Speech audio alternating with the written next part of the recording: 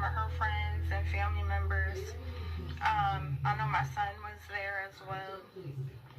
So we were laughing, talking, having a good time, and then all of a sudden I look out the window and I see the sky had lit up like purple, blue, and a hint of green.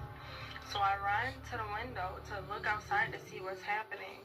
And then a couple minutes later, not a couple minutes later, but like maybe 10 seconds later or so, people started to notice and came to the window to see what was happening.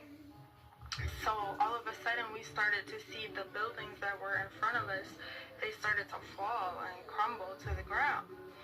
And then the building we were in, about like 10 seconds later, it got blown, like half of it got blown up and it crumbled to the ground.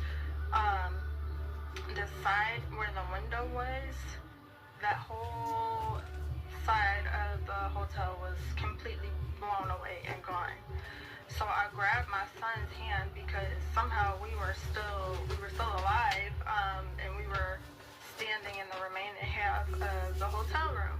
So I grabbed my son's hand and I tried to look for my mom, but at that point I didn't see anybody else.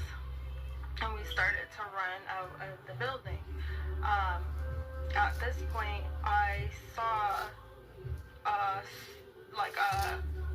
a whole group of military men, but they weren't U.S. military. I'm not sure where they came from or who they were, but it was a whole group of military soldiers, and they were carrying AK-47, like huge guns in position, ready to shoot. And me and my son started to run, and we hid behind a tree. And I saw these men chasing down after all of the civilians that were running around screaming.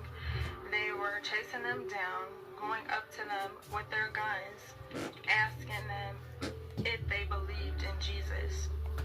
And depending on their answer, I didn't see anybody get shot, but they were capturing the Christian. And I just was praying and hoping that my son would be quiet and that he would be still, that we could be able to hide.